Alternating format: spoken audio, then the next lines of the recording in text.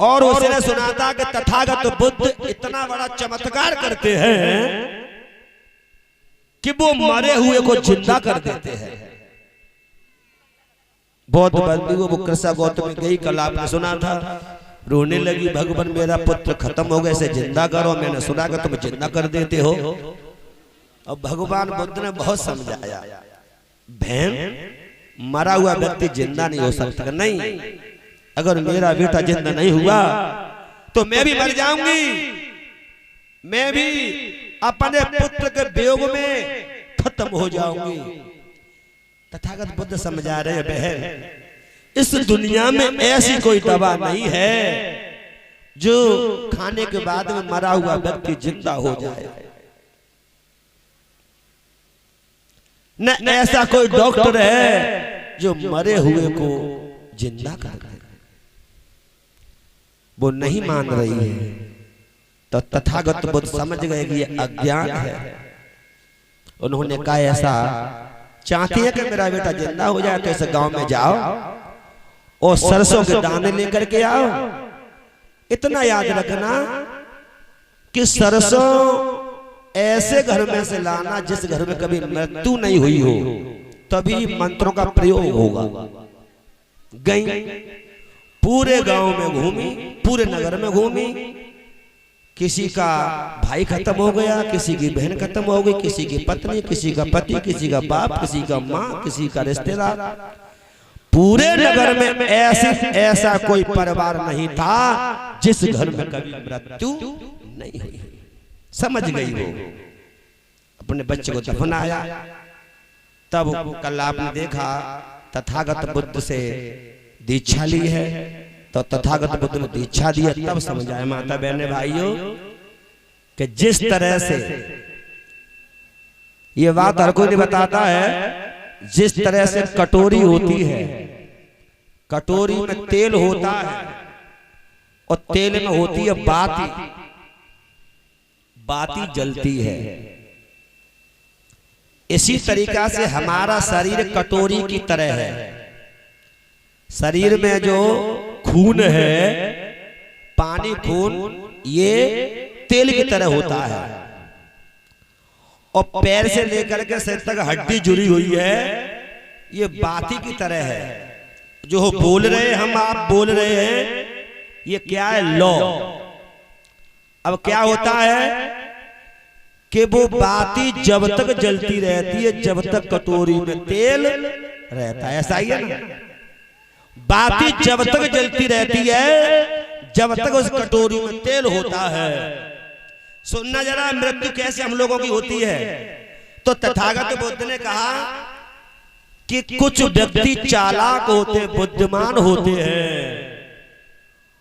कुछ व्यक्ति बुद्धिमान ऐसे होते हैं कि जैसे कटोरी में तेल खत्म होने को आया तो थोड़ा सा तेल और डाल देते, तो वो बाती काफी समय तक जलती रहती है। ऐसा ही है ना।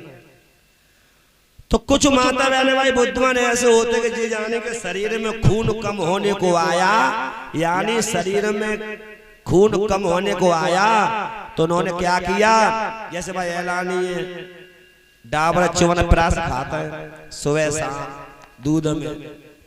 कछु माता मैंने डेक्सोरेज सिरप पीती है।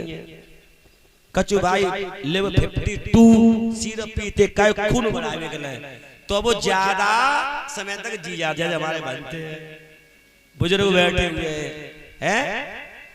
अब अचानक मृत्यु, दीपक जल रहा है, उसमें तेल भी है और बाती भी है, अचानक बुझ गई जैसे।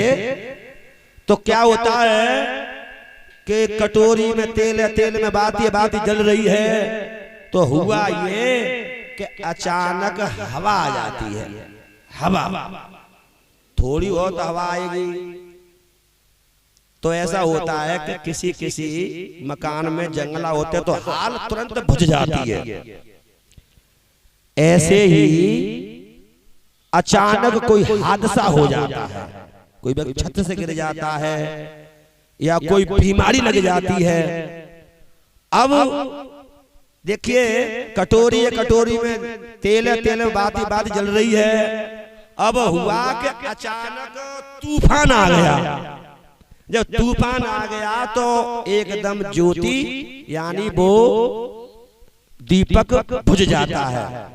ऐसे माता बहनाओं अचानक ये हादसा, एक्सीडेंट, बीमारी, हवा, तूफान यानी आंधी की तरह आते हैं तो अचानक हम आपकी यानी इस संसार में मृत्यु अचानक हो जाती है।